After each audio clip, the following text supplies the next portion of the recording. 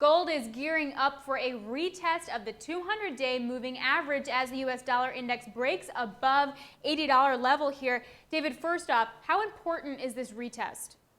Well, it is pretty important, Alex. In fact, this will be the seventh time in the last 3 calendar years, going back to early 2009, that gold has pulled back to the 200-day average. I'm looking at this as probably a retest of the recent pullback in the low 1600s. And actually, a forecast I made on November 21st to my subscribers was to look for this 1614 to 1628 zone as a good place to take a long position. Now, what happens if we break below that? I mean, normally, we retest it and then we bounce higher, retest, bounce higher. If we break below it, how bearish is that?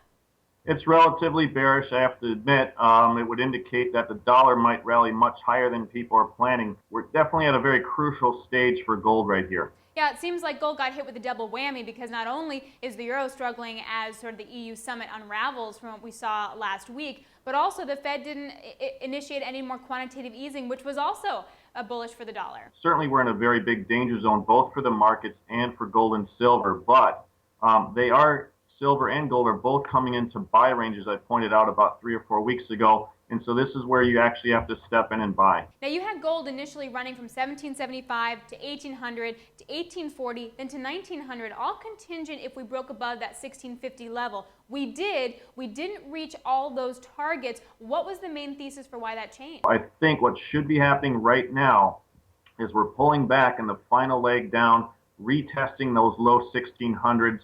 If we break below that, we're going to retest the 1530s, but I think historically, looking at charts and looking at oversold indicators and everything else, this needs to be the place where the bulls make their stand and that gold bottoms out here. All right, so if the bulls do make their stand into 1614, 1618 area here, how far do we bounce off of that?